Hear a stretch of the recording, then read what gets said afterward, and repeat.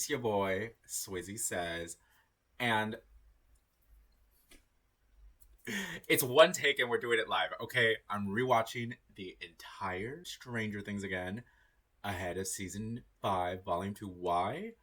Because I discovered Byler. 100%. That's the reason. And I'm live tweeting it because that's who I am. And it's the way consuming the show is even better. So I'm just going to read my tweets. Excuse me. I'm going to read my threads of it. The tweets will be here. And then we'll just enjoy the ride. Okay? Thank you for attending. We appreciate you. The royal we. I am... Okay, we don't want to be problematic, ableist or whatever. I'm only commenting. I'm not like recapping the series. It's literally what I've observed rewatching the series. Other people recap, other people react. I have no YouTube presence. I am jack of all trades, master of no one. So this is just your little friendly boricua from LA giving his opinions. It's really not that serious. Season 1, episode 1, Stranger Things. Nancy slamming the door in Dustin's face is always brutal. Every time. Why does she have to do that? Okay, I always forget the Byers have a dog. I literally am watching the entire series now to find the dog. And D1, exhibit D1, there'll be a little counter somewhere down here. All my little exhibits, evidence, as we call it, for the things we're tracking. And this first scene with the Byers having a dog that they never name or mention again. Oh, the bullying the trio where Dustin does his arm thing is the first time Will mentions how cool being a superhero is. Something that he values very much throughout the seasons. Within the first 20 minutes, Will is alluded to be queer by Hopper as Joyce is, asking where my son at. Oh, you can't say this Byler-ish wasn't set up when it's clearly day 1 seed planting. Thank you. The kids were full-on nerds, like AV full-on, excited about the long-range radio with impressive and hilarious Australian accents by Mike and Dustin's actors. Also, the way Mike is ready to help really setting the foundation. I'm the only one that cares about Will. The Mike quote that sent 1,000 ships. #Byler. So that's going to be BL1. There we go. And at the scene, it's the way Ted Wheeler says, "What did I do?" that launched him as a fan favorite. Here's my phone, by the way. I haven't been showing it. The scene where he's discussing with Will using Fireball over protection spell with Lucas and how Lucas immediately understood him is a great example of Mike's platonic relationship with his fellow dude friends and how it is characteristically different than his connection with Will. Yes, that will be a reoccurring trope. Thank you. Not Mike seeing Steve sneaking into Nancy's room and Steve seeing Mike sneak out. That was just great. And justice for Steve. He legit helped Nancy study. This is my first Steve apologistness on camera, okay? He was charming and funny. #bad Steve. Still shipping Stancy over here. Or Nancy can be INDEPENDENT. Do you know what that means? Thank you. Yeah, so Will's gone missing, yada, yada, yada. So when okay, that's why I'm so confused, because when the Will and the Demogorgon call the Byer household, causing it to short out, has it been explained that that's part of the weird electrical property of the Upside Down? Because I don't recall us ever hearing phone calls again, but I haven't gotten to season 2, 3, and 4 yet, so we'll see. And to Maleven shippers, we will be tracking Maleven. Will and the gang, seeing her in the rain, does tie in on a shot of Will. That is all. And that is E1 for Maleven. You're welcome. You're welcome. Okay, that was barely the first episode. Season 1, episode 2. Dustin's opening line. You have no hair. Do you have cancer? Okay, as a cancer survivor that had cancer as a child, that hit harder than it should have. Another moment that hits hard. You don't think I know my son's own breathing? Wouldn't you know your daughter's? That's Joyce to Hopper, which Hopper's daughter died. Also because of a childhood illness. Damn. So Mike is staying home from school, and is hiding Elle. And Elle really don't give up about his little toys or hobbies. He really thought he was making a little friend. Okay, so we're going to stop there because I have to think about how I'm tracking Maleven. And we're gonna count that pluses and minuses, but keep the numbers just for tracking. So the first one was M1 plus. This is actually M2 minus. Yeah. So Karen comes home and is like, I don't want you to hide anything from me. First of all, PL1, grade A parenting. We stand Karen Wheeler because she is a real one. Second of all, it could be straightforward writing that can be recontextualized by the Byler fandom. So I want to put it as a BL, but because it's directly addressing Mike and what his is, I'm actually going to call that M2. Right? Or is that M1? This is hard. Because, okay, here's the thing. I'm separating M1 specifically dealing with, like, Mike's, like, what can be read as queer coded, and BL is, like, specifically things between them. So that's how I kind of want to make these distinctions. Oh, so no, I was wrong. It's both. So I'm the only one that cares about Will from episode 1 is M1 and BL1. That's definitely going to be P1 and M2. Okay, cool. Okay, so the next scene is fascinating. Because when the diner patron is being interviewed by the police after the whole Lonnie takes Elle in and gets shot by the person and then she runs away, the diner patron is interviewed at the police station. Both he and Hopper refer to Will, which he thinks this kid might be Will, as Lonnie's kid. Lonnie's been absentee for how long? I don't know. Months? Years? And Joyce is more active and present. And they can't even, like, say it's Joyce's kid. Patriarchy. Called out. You're welcome. Okay, and as Joyce is freaking out and whatever, the scene of the Demogorgon pushing up against the wall with Joyce standing right next to her will never not be scary. P.S. Winona is a goated actor here. Like, wow. Next, yeah, so apparently Jonathan didn't take... Okay. So there's a whole controversy that there's a Mandela effect with Jonathan taking a picture of Nancy undressing. And so here, in episode 2, I'm like, so apparently Jonathan didn't take a picture of Nancy undressing in the room, even though we all remember he did. They clearly had the Netflix edited out of the show, but that doesn't matter. It's all still creepy as AF. Remember this. I'm going to bring it up later. Foundational reason I am anti-Jancy. Yes. I'm not apologizing. I don't buy it. We'll see. Now to the denouement of the episode 2 regarding Barb. Oh, I need to say the titles of these. Okay, so regarding Barb, Steve never mistreated her. Go back and watch the tape because I sure did. Never mistreated her. 2, I do wonder, speaking of queer coding and shit, I do wonder if she survived, if she would have developed feelings for Nancy a la Will to Mike. I'm not saying anything. She could be straight as hell. She could be gay as heaven. I don't know. And 3rd, we never learn why her. Blood like a shark, like she's the only one with a cut in Hawkins. I'm going to come back to that because we're going to address that. Okay, season 1, episode 3. Holly Jolly.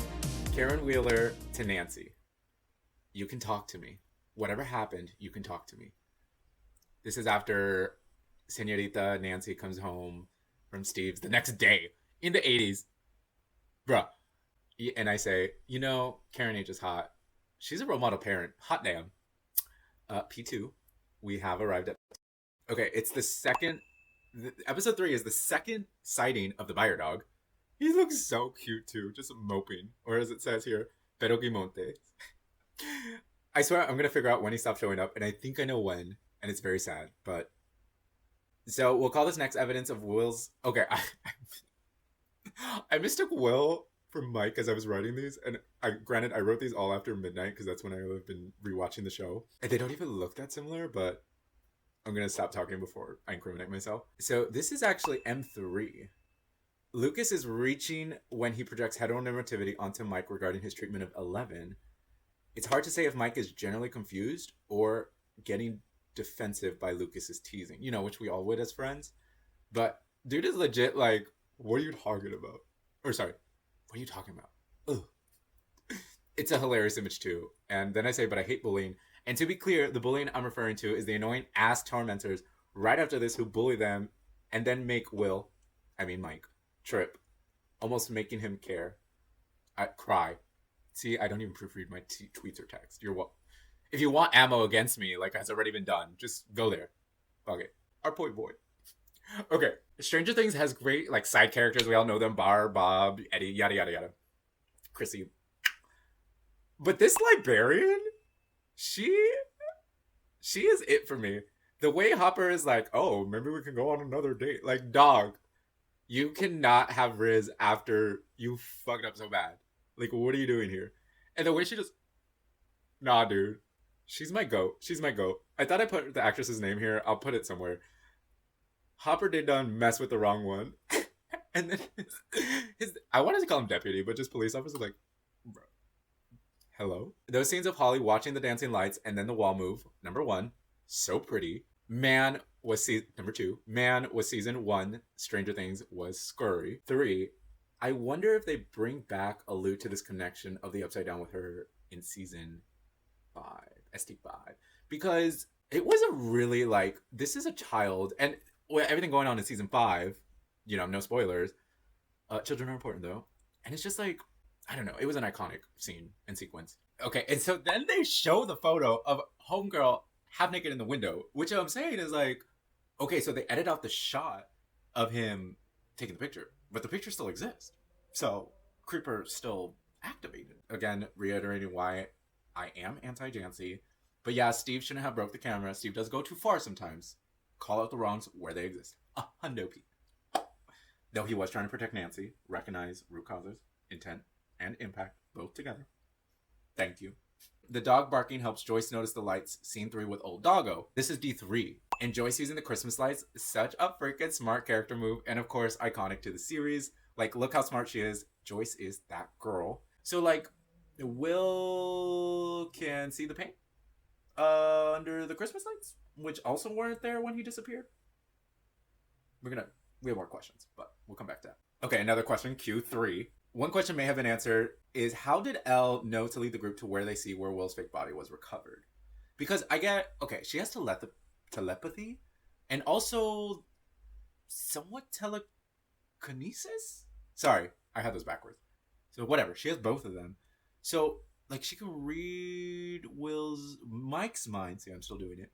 But then can she read, what is her connection to Will? And then the thing is, like, they find where the kids go is actually where the emergency vehicle speed past. So she doesn't even get them to the quarry. They have to follow the vehicles to the quarry. So why does she lead them there? I have questions. That's all I wanted to bring up. Also, shout out to Caleb, Lucas's actor, for producing the first tier as a child. Great job. And Will, okay. Like, this entire end of the sequence of Holly Jolly, that third episode, the music as Mike is hugging his mom, like, beautiful. And then there's, like, that song. That is definitely it's M4. And I guess BL2 because he's crying over Will, which I guess makes sense. Cool. Damn, what a scene, though. Damn. Okay, season 1, episode 4. That body. Annie. Joyce telling the story of communicating with Will through the lights and the demo pop through the wall to Jonathan and Harper is like another heartbreaking scene. Because she's so right. We see she's right, but honestly, this is where Jonathan's actor plays it so well. Like, the disappointment. It just, like, you think your mom's like loony bit? So much character and heart the show has. And then, okay, here we go. Mike was brutal to Elle in the first 4 episodes. Like, yelling at her, what did you do? You're a monster. Like, yeah, we have to call that E3 minus. E3 minus. Because both at the will take body recovery. I feel like I drunk text sober. That's crazy. Both at the will take body recovery scene and Elle playing with the radio, which I'm not adding it to the count because other people have added it. I'm going to find a playlist of, like, all the Byler defense scenes, but, like, he is caressing Will's drawings. I'm just going to say him grieving, including his mom. Like, that's all one. So, there. He really did lie to her, spoilers, in season 4 when he said he loved her the moment he laid eyes on her. Bro, no, you did not. She was a stumbling block to you finding your friend, your good friend, best friend. Will, comp het got us twisted TF up. Karen mentions, okay, so then Mike is in bed and, like, the next day, and he's like, I don't want to go to school. Karen mentions that they can go to the video store for Mike as he's homesick from school.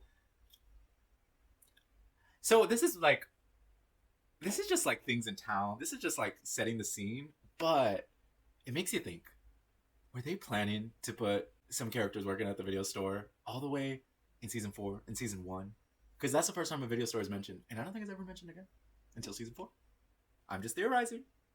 Game theory is not the only one. Just saying. Okay, so I watched too many. This is like why I'm here now today. Congratulations. Yes, welcome. And I watched so many Byler accounts and YouTubers. They never mention that when the boys are making her up, like they're all like helping Nancy, like getting Nancy's dress, whatever, getting the hair. Mike is the one doing her makeup. Like, straight guys can do makeup, but that's hella queer coded. Bruh. Bruh. Brusky. It is M5. That's correct. Okay, so this is hard because these are children. So the stakes are pretty low. But Malevolent shippers also have a moment because he does call her pretty as he's seen her and like after her transformation.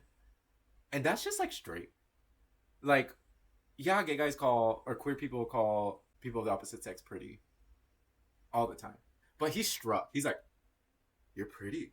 Nah, they have a moment. That is 100%. Oh, I didn't even add it here. Oh my god. Excuse me. One sec. It's actually E4 plus. E4 plus. More Karen praise. After yelling at Nancy for lying to the police, Nancy says no one is listening to me. But the way Karen and her actress, oh my god, the way she said, immediately grabs her and is like, I am listening. Nah, we need that so much in our lives. Like a parent, a loved one, a friend, a good friend, a best friend. To just yell, like grab us and say, I'm listening? Home, girl, skillet, biscuit. It's giving P3. It is P3. Okay, this next one is a screenshot of Stranger Things loves putting things together, literally, with Nancy assembling the ripped photos that that Steve tore up of Jonathan's. Like, love it. And I didn't want to write it down, but like the Demogorgon, kind of yoked. That's all I'm gonna say. Okay, so we're on the hunt, people. Like, I was observing things left and right. Excuse me, is that Max's jacket from season 4 being worn by the background redhead, or am I just delusional, or is it both? We're gonna find out because I was onto something. But yeah, I'm calling this the first official exhibit for Byler, even though we already have had quite a few by this point. But it's like pretty pronounced, right? Like it's because there's evidence in Byler that's like reading into things and like from a literary film critique analysis, versus those that are like even the GA, the general audience, anyone with a working brain and eyes can see. And the bullies weren't even attacking Mike, because Will isn't even present, and Mike stands up to the bullies after they use fairies and gay as slurs? Now, you have to love someone to go out of the way to your bullies. Like, to, not a randos, to your bullies. And it's heroic and low-key queer-coded.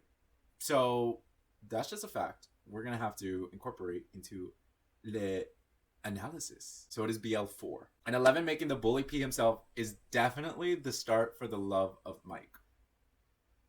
Is it though?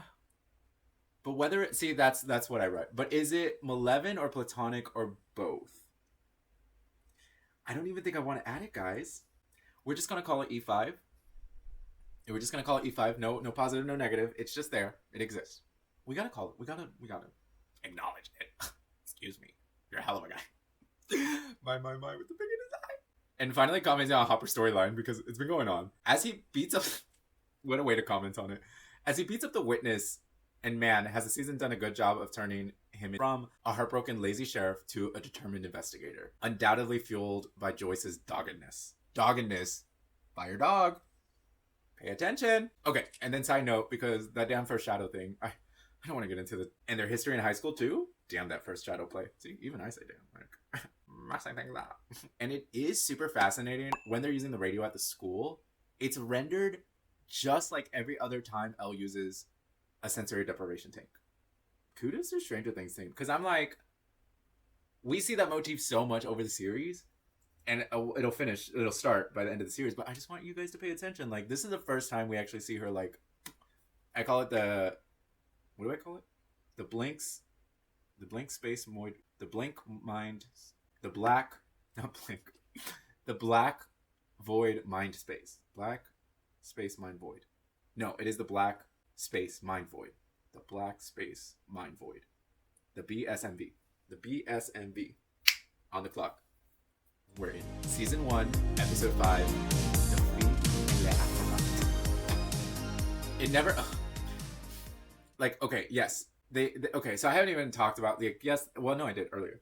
So they found the body of the child, the fake body of the Will child, and Joyce is rejecting it, and then Hopper goes in and, like, cuts it open, and it's, like, cloth, cotton, but the skin looks so... Whatever. Not gonna into that.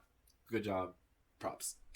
And so apparently, at the start of this episode, that compels him to sneak in to the Hawkins lab. And it's just like, I get we're building your character, but why were you so motivated to break into the lab? And it's so easy for you to do it.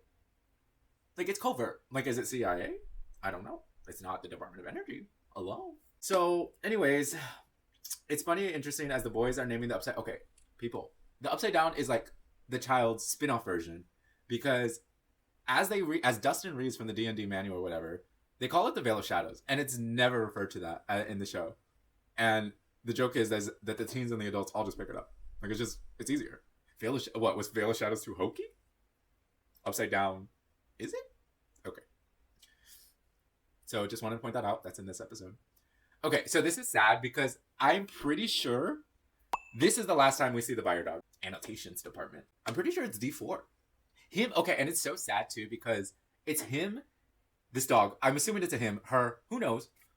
The animal trainers do. The dog is sitting in Castle Byers. Or Fort Byers. And like, this is where Will is apparently still in. We'll get to that later. That's where Will still is. And the last time we see the dog. I want them to dress this damn dog. I walk dogs. I do pet sitting. Like, I've had dogs all my life. Like, justice for the Byer Dog is all I will say. It never shows up again, as far as in my rewatch, which I just did this week. And though it odd at first, the Hawkins lab gang put Hopper back in his cabin. It is smart of Hop to immediately start looking for listening devices. Like, we know he was in the Vietnam War, and that gets you like resilience, training, firearms. But like, to be that covert and espionagific, interesting character detail. Like, this is why people fell in love with the initially loafish oaf. Once dude got motivated, he started using his clicker. Jonathan okay. This is where Stranger Things loves to like separate things and threads and people and plots to put them all back together again. Because Jonathan literally almost starts to tell his mom he believes her and the monster is photographed, unlike the one in It, Welcome to Derry, which the parallels here are insane. But then Lonnie, the estranged father and husband, appears, so he stops and it starts plotting with Nancy, which I'll get to Nancy. This is how... but they don't talk to each other. Silly little Jonathan, your mama don't need your protection. She needed you to tell her.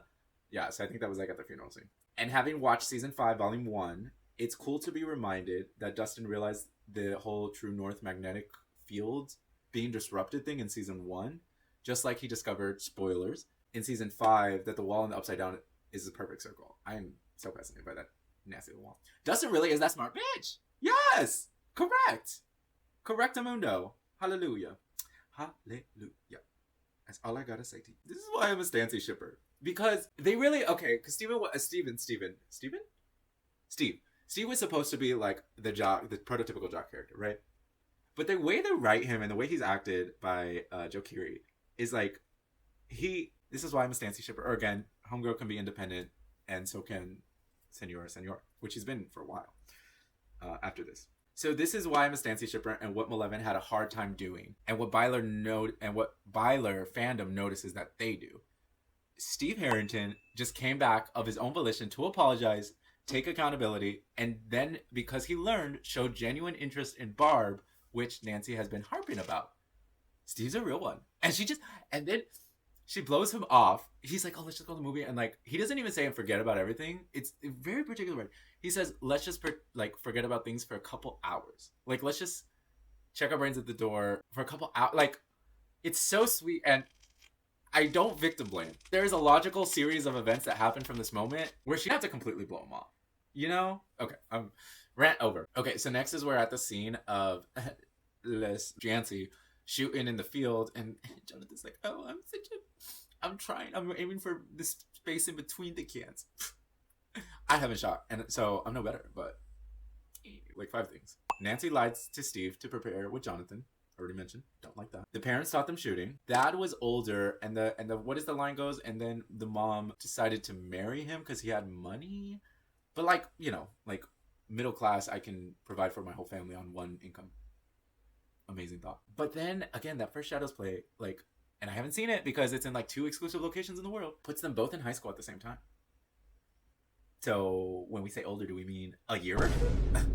Because in like adult world, that barely means anything. Okay, fourth, her parent. Okay, so this is, I do like this dialogue. She says that her parents started a nuclear family, and Jonathan's like, screw that, and Nancy's like, yeah, screw that, and then shoots the gun. And that's just like from season 1. I'm telling you, that seed was planting. Homegirl. So like we have to dissect what nuclear family means, because it doesn't mean that she can't like have like she's not gonna be polyamorous, right? Like you can still be in a monogamous relationship with someone. It just told me that she's not ending up with Jonathan or Steve.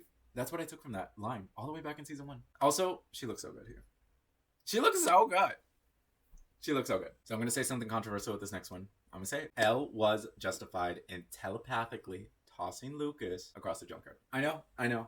But he has been so annoying about Elle the entire time.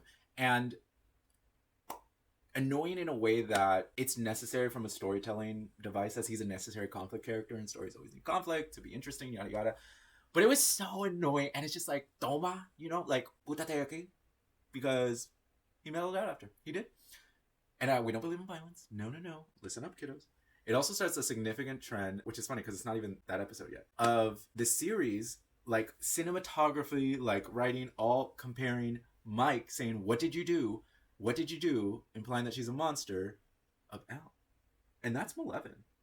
That is Malevolent. And for that reason, it's E6. This is going to be a mess. I'm sure like I've read this in the groups or YouTube video of IMDb or Reddit or something. But like, look at this clip that Gaten, Dustin's actor, calls Mike Finn here. Don't let him go.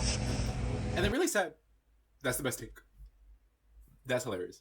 And then, so this episode ends where it's easy to forget after watching the show for 10 years, 5 seasons in 10 years, that Nancy was the first teen adult character. She just like, she's out hunting with Jonathan. Great idea. Whatever. Hunters. Whatever. Gun culture. And she's like, oh, let me just crawl through this thing. Well, people need to start calling her Nancy Alice, which sounds like Cialis. Or just Alice. Because Homegirl really just crawled through a tree with like a squishy hole. Barb wasn't yelling out. But anyways, my point is that she is the first teen adult character to go into the Upside Down, and the first character that we see to willingly do it. And she's in there for like 2 seconds. Like, spoiler. I said here, heck, I even forgot how she gets out. So effective episode cliffhanger, even after all this time. But then you go to like, well, I say it here, oh, because it happens earlier in the episode. So this is like Q3 or 4, Q4, Q3. One thing I am confused about is the timing. Because this episode shows that clearly the Hawkins lab was using the telepathic abilities for government spying. And then the Demogorgon interrupts, just like, rah, interrupts Elle in the Black Void mind space. BVMS? Oh, I have a couple names for it. No, I like Black Void mind space. So the Demogorgon interrupts Elle in the BVMS. But this is before the massacre at the lab. So she connect, because then she like, or is that later in the series? So she no, that's later. So she connected to the Upside Down, or just the Demogorgon before Henry Creel took charge of them. Confusion. I'm confusion. Okay, so this is actually season 1, episode 6, Le Monster. Plot twist. She just goes out the way she came in. Obviously, the different portals that the demos make throughout the season like take different amount of time to go away and harden and stop being inaccessible. But she just came out the way. And yes, it was because Jonathan was yelling. But anyone would. Okay. So yes, Jancy can have that one. Congrats. But Steve would have gone in to go get her. Just so we're clear. No, Byler-nation. I haven't seen them mention this, but everyone just forget at the start of this episode, after Elle has been scared off in the previous episode or whatever. Hello in the shipboard. After messing with the compasses and tossing Lucas telepathically, the next day, oh boy, Mike just beats up her hiding spot in the basement. Like the fuck? Like that's hilarious. So it is M7. Y'all, when I saw that was so like just bro is tripping. You know, trauma does things to people, obviously. He then says in the next scene, she was trying to protect us, not betray us. That he shouldn't have yelled at her. So he recognizes his wrongs. Great. That's either E8 positive. So yeah, Dustin's the most logical one all season. In that same scene, I enjoy how he calls him and Lucas out and compels him based on the rules of the party to apologize to Find 11. Real ones like me, we don't forget how real Dustin is. Boy howdy, the Hawkins lab chick who mowed down Benny goes to Mr. Scott Clark's house under a guise of promoting students in STEM. And my reactions are 1, gotta give these government goons credit for the breadth of their ruses. Credit. 2, throughout the entire series, old Clarky has come into contact with so much of this upside downness and survived while not knowing a damn thing. Erica, you know what? We're fast forwarding. Erica, you can't spell America without Erica Sinclair. I hope she's the one to tell him everything in season 5. He needs to know. He needs to know. I'm of the opinion he needs to know. As Dustin tries to reunite the party, he references the blood. I'm bringing this up because I'm like, is it going to come back? The blood-stoned path. And what happened? They couldn't agree on what path to take. They split up. Trolls took them out one by one. They got disabled. Funny how many times the group unknowingly split up in season 2 and season 3. But this all feels like that line feels like season 4 foreshadowing. It does. It does. And side note, Mike wants to find Elle. Lucas is the determined one that wants to go to the gate to find Will. So a lot of Byler people are like, he's laser focused on finding Will. And no, he gets sidetracked by 11. He does. He does. So it's another point in Eleven's favor. So it is E9 positive. Correct. This is the scene where a girl gets with her egos, Elle and her egos. Reminder. She picked them out because that's what Will gave her. Damn it. As you see how many times I confuse these white boys? Crazy. She only picks the egos out because that's what Mike gave her on the first day she was there. I can't wait to add these up. These are like going to be so interesting. So fascinating, the scene with Dustin and Mike. He says Lucas is jealous of all the attention Mike is giving the girl, and he can't have more than one best friend. Because people forget, like, Lucas is also really Mike's best friend as well, in addition to Will. But, like, the platonic best friend. Mike retorts to all his best friends. Love that. I agree with that. Like, you can have multiple best friends as they're running on the bikes. I don't see any Micah shippers because of this one scene. You know, like, okay, so this is like, oh, like, Byler, people are crazy, they're reaching. No, like, Micah shippers, like, people who ship Mike and Lucas, they're reaching. Because that you had one scene where it's alluded that Lucas is jealous of Mike's attention on a girl. And that's just what happens in friendships. It doesn't even have to be romantic. But they're shipping. Byler, we already have how many exhibits? Exactly. Here's a fun Hawkins lore comparison. World building. Either this place expanded by season 4, or everyone else went to another army surplus supply store by season 4. Like, I get it's a small town, but like, how many do you want? This next scene is rough. It was unacceptable for Steve and his friends to do this. Clearly a sign of the company you keep, which he also ditches them later. So Steve grows in every episode we see him in. It's just a fact. He doesn't regress like other characters, Jancy. Okay. The context is important. Steve was worried about her, and he saw her in bed with Jonathan the night before after lying to Steve. Okay, so like, that's what I mean when I said earlier, like, you can't victim blame. I think it's immoral. There is a logical series of events that happen because of our decisions. And because she lied to him, and he went back, and he was established, like I said earlier when Mike saw him the first episode, of going to her room. So she knows he'd be checking up on her. And whatever, that's stalkery, but it was in the 80s, so I don't know. Whatever. People, like, the parents never knew. Jonathan, Steve, they're always coming in and out. But, like, I get that this experience was scary, but you, like, slept with this guy, and he was on the floor, but then he got in the bed. And you can't, homegirl, you can't be surprised that they're calling you sluts when they found out. Like, my heart breaks with Steve. It does. Like, I can't, like, see, but don't call people sluts on and then to face property? On a cinema? The movie's sacred ground. Awful. And then what happens, Steve immediately gets his comeuppance. Like, clearly Steve crossed another line, shitting on the Byer fam, because old Jonathan kicked his arse. Yet even the police station lady says it's because of love. I'm sorry, but I can't take Jancy seriously. Like, it wasn't because of love. Like, Jonathan beat Steve's ass because he shit on the family. Like, Steve really got too riled up. Like, he gets protective of Nancy, which is cute. But he goes too far. And that's what Nancy doesn't like. She's an INDEPENDENT. Do you know what that means? Woman! She is. Plus, Stuart even went back to clean up the cinema marquee with I just want to help. After the cinema guy was like, did you hear that? Mike jump in to save Dustin really was top 2 friends. And I've seen people say, some by other people, that he was thinking of Will in this moment and thinking of like lost love and being suicidal. And I'm not going to negate that. The immediate stimulus was saving Dustin's life, a platonic friend, and that's just beautiful. And Elle saves him and makes the bullies run off. I guess I'm counting this as, I'm being really favorable to 11, by the way. You're welcome. See, I am the compromise candidate. People don't realize this. So that's now E10 positive. Plus. Also very cute that the claims to be a monster, Elle is still claiming to be a monster. I'm a monster.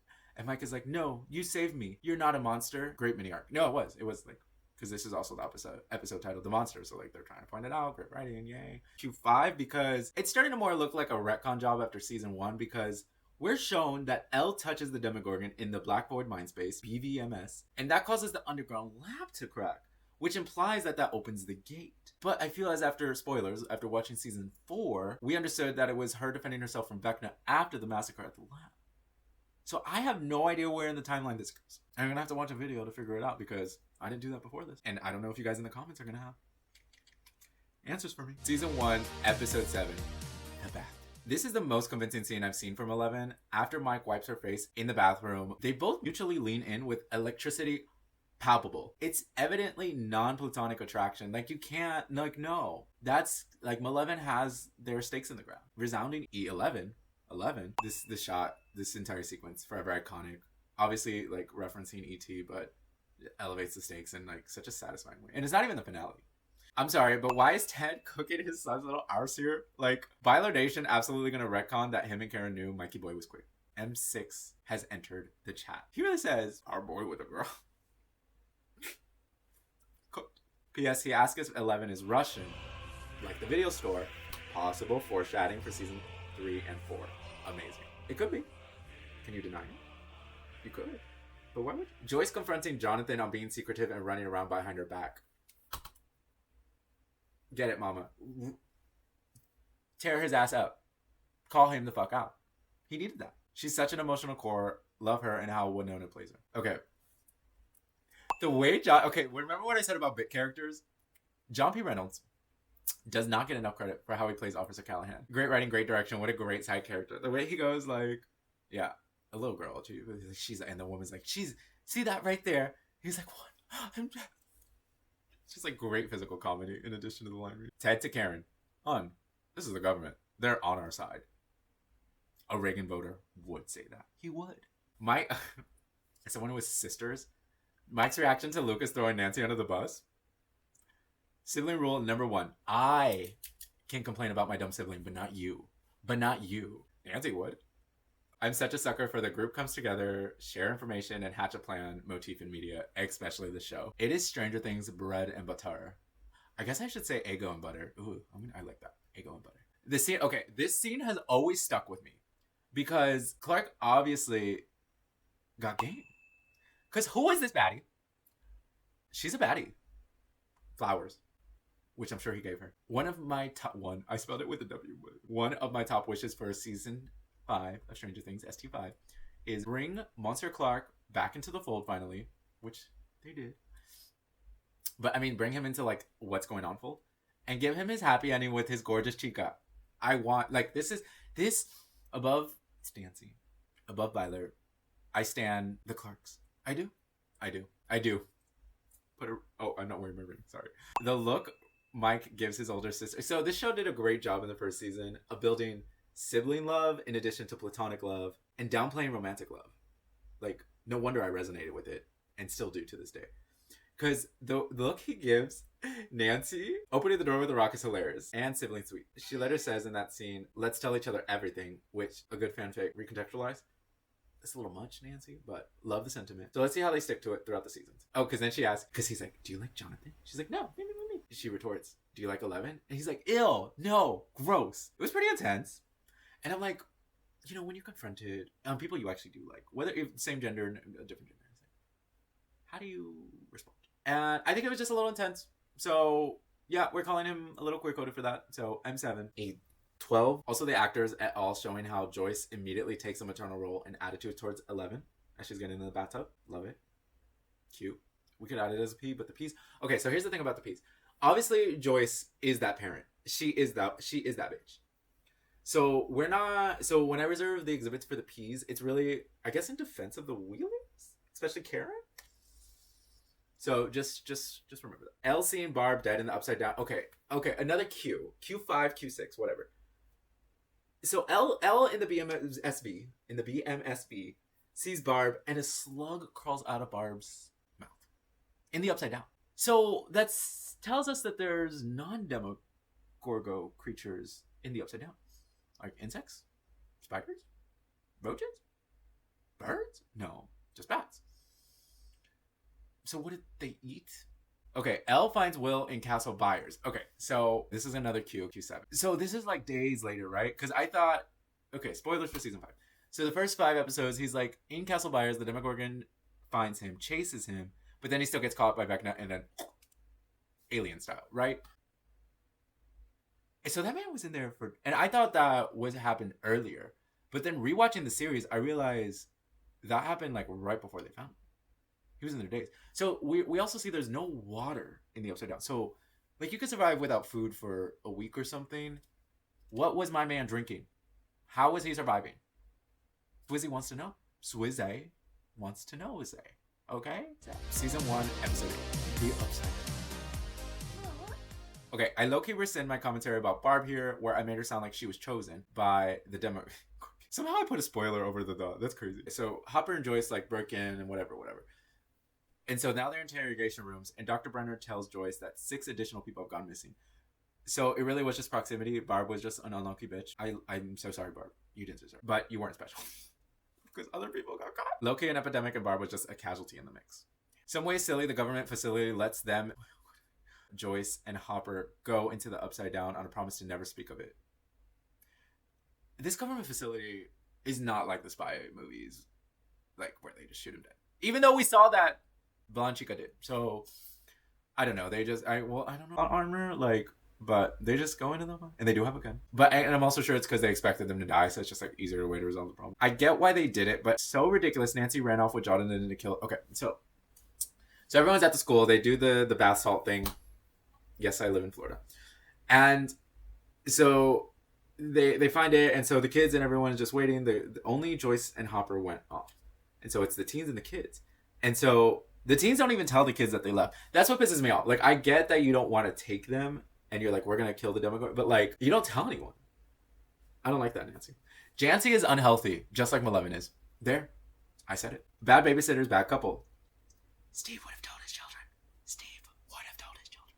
Because speaking of our boy Steen, man, I'm so glad the Duffers rewrote that season 1 ending where it's not Lonnie who shows back up, but Steve. Because here's the sequence of events. He shows up to apologize to Jonathan. And him and Nancy are, I guess, I don't know if they're together. Oh, that's a good point. So, because Steve is a good guy. He's the best. So he goes to apologize to Jonathan, to the dude who beat him up about breaking a camera, probably for that stuff about the Byers. So, good. Accepts that his girlfriend or ex-girlfriend is with the dude. He just like, what? Okay, glazes over that. Then he sees blood on Nancy's hand at the door. And he's like, I'm sorry, did this man do that to you? Oh, hell. No, barges his way in. He sees a bat with spikes. And like, what is going... So, and then Nancy holds him like a fight. Legit crazy. The most justified what? Ever. Wait, what? He's so valid for that. Back to Joyce and Hopper in the Upside Down. So this egg is given alien. But, it's Q8. We see in season 2 that demos come from Tadpole like spawn, then turn into the D-Dogs, and then become the Demogorgons. So, where did the bats come from? Are they the ones that come from these eggs? Or do the Demo dogs or Gorgons come from this egg? But no, that's not the life cycle that has been established over the series. So, what is birthed in this egg? I'm going to have to find a breakdown in the UD fauna. We need it. We need a breakdown. Someone do it, please. Hopper's flashback scenes with his dying daughter. Like, girl, I was the childhood cancer kid. I feel all those feels in those scenes. And then back to Joe Carey's physical comedy is so good. Because he runs away like a coward, like we're supposed to believe. I'm going back in. Steve comes back and saves Nancy and Jonathan. Steve doesn't get enough credit. I'm sorry. Justice for Steve. And Nancy still in the end chose Jancy over Stancy. I'm such a Steve apologist. It's unreal, but it's the way and how everything is right. The way he twisted that bat, yo. The way he twisted that bat.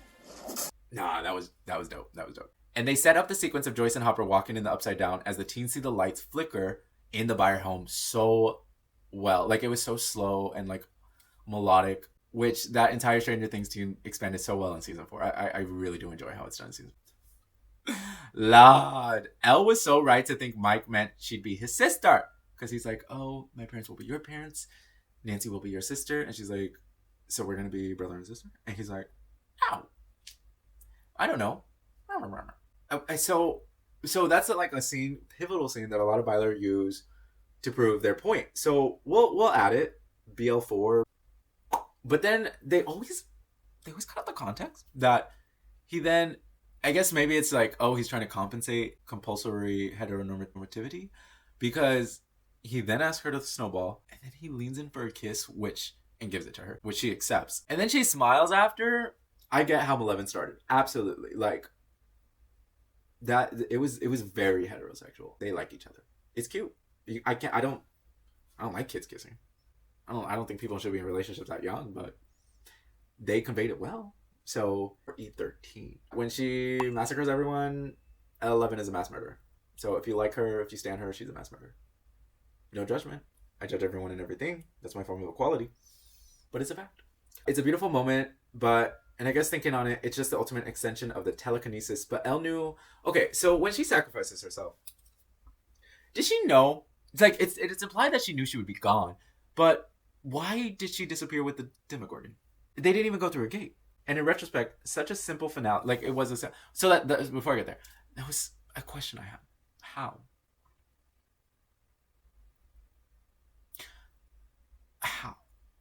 Because I think seasons 2 on, they do a really good job of like they establishing everything about the Upside Down and how it works. And in this first season, like, that's why I'm like, you can retcon things and make people believe that you meant it from season 1, but season 1 had such a contained narrative that it could have ended and that would have been it, right? Because then there's all these questions. Q9? How? Interesting. And it's just the one Demogorgon, by the way. The one. Real okay, like So as someone who's recently Byler-pilled, I realized how Malevolent shippers set sail. I wasn't on either ship for most of the series, like watching it contemporaneously. But this child crying after 11 did really forget about Will, because Elle did that business. He did forget about Will. 11. Oh no. Finn deserved his own little award. Rounding out with a full E14. But this last one is positive. Absolutely, Oprah. Okay.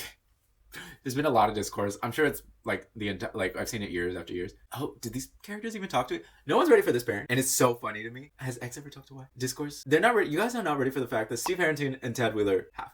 Like, Ted must have fallen asleep after this, because why is Ted next to... Are they saying? Is this where they're saying? I'm just realizing that this is why Nancy broke up with him? Because Karen gets no love from Ted, and so Nancy wasn't getting the love she needed from Steve?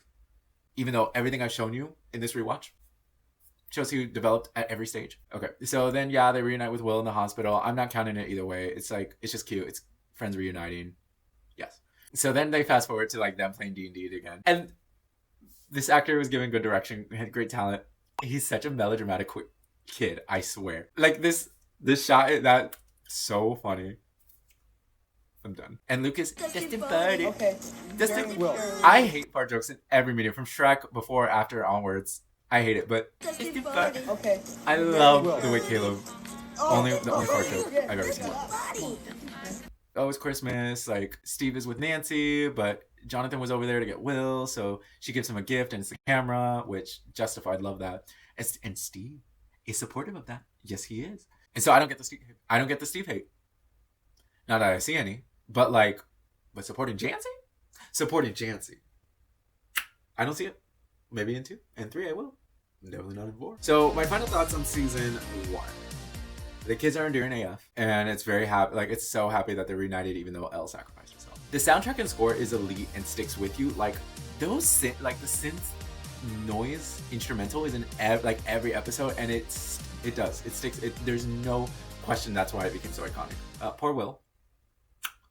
Poor trauma boy. Since Super 8 is one of my favorite movies, it's no wonder the show is too, and why I am back on YouTube and all the other platforms doing this, taking time out of my day when I already tweeted and threaded it all. Yeah, this is hitting different. It's crazy. Not different, it's hitting deeper. We only saw the Byer Dog 4 times. I don't think we ever seen it in any season. I can't wait to get to season 2 to see if it's there. I can't wait. And then I sum up. So here I had E10, M8, BL4, MP3, and I didn't even do the Qs. So I can't wait to see if those are accurate. So this has been too long. I can't wait to see how many people watch this. I have been Swizzy Colón. Thank you for joining me on this journey. I hope you're watching Stranger Things, rewatching it again, or watching it for the first time, because there's a lot to unpack. We're going to do better in season 2 and 3. And so, yeah, all the YouTube things, like, subscribe, comment, tell me how great I did. I will see you guys later. Wait, I was trying to do this thing like back in the day, like 10 years ago.